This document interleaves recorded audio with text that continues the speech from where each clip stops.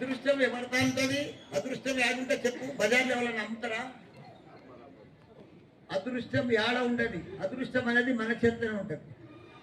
భగవంతుడు ఏడుంటాడు? మన అందులో ఉన్నాడు భగవంతుడు. మనం ఎంత కష్టపడి చదివితే మనం అంత గొప్పలం అవుతాం. జిల్లా పరిషత్ స్కూల్లో చదువుతున్నావా, కాన్వెంట్ స్కూల్లో చదువుతున్నావా, ఇంకా పెద్ద బంజారాయిల్లో జూబ్లీస్లో 3 లక్షలు ఫీజు కట్టి చదువుతున్నావా అని ముఖ్యం కాదు.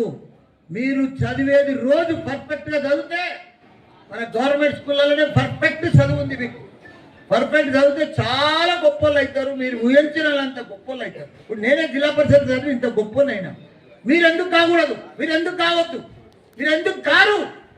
గ్యారంటీ అవుతారు. అన్ని ఫెసిలిటీస్ ఉన్నాయి. అంతా గవర్నమెంట్ మంచిగా భోజనం పెడుతుంది. అన్ని టీచర్లు మంచి టీచర్లు ఉన్నారు, మంచి హెడ్మిస్టర్ ఉన్నారు, అందరు బాగున్నారు. మీరు బాధ్యత చదివేదే. మీరు మంచి మంచి దాతలు వస్తున్నారు. బయట దేశంకి వెళ్ళి వచ్చి మా ఊర్లో ఏదైనా చేద్దామని మీకోసమే చేస్తున్నారు. మీరు చదవాలి. మీ తల్లిదండ్రులు పేదోళ్ళు, మీరు పేదోళ్ళు కారు. మీరు గొప్పలు అవుతారు. ప్రపంచమంతా కూడా యువ ఇంజనీర్లది, యువ డాక్టర్లది, యువ సైంటిస్టులది షార్టేజ్ ఉంది. ప్రపంచమంతా కూడా నేను 50 ఏళ్ల సంది చూస్తున్నా.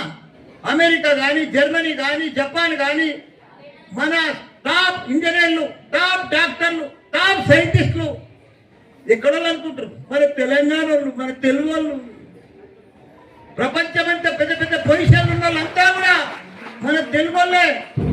ఎందుకంటే ఇప్పుడు మధ్య మధ్యలో కొట్టకపోయిన బ్యాండ్ నా ఫ్లో అయిపోతాడు. మన తెలుగు వాళ్ళకున్న తెలివితేటలు ప్రపంచంలో ఎవరికి లేవు. కాబట్టి నేను మొన్న 2 నెలల కింద జపాన్ పోయినా. జపాన్ పోతే అక్కడ 110 ఏళ్ళు బతుకుతున్నారు అందరూ. ఎన్నేళ్ళు బతుకుతున్నారు? ఎందుకు బతుకుతున్నారు? వాళ్ళ ఆరోగ్యమే మహాభాగ్యం. హెల్త్ కోసమే మంచిగా చూసుకుంటారు.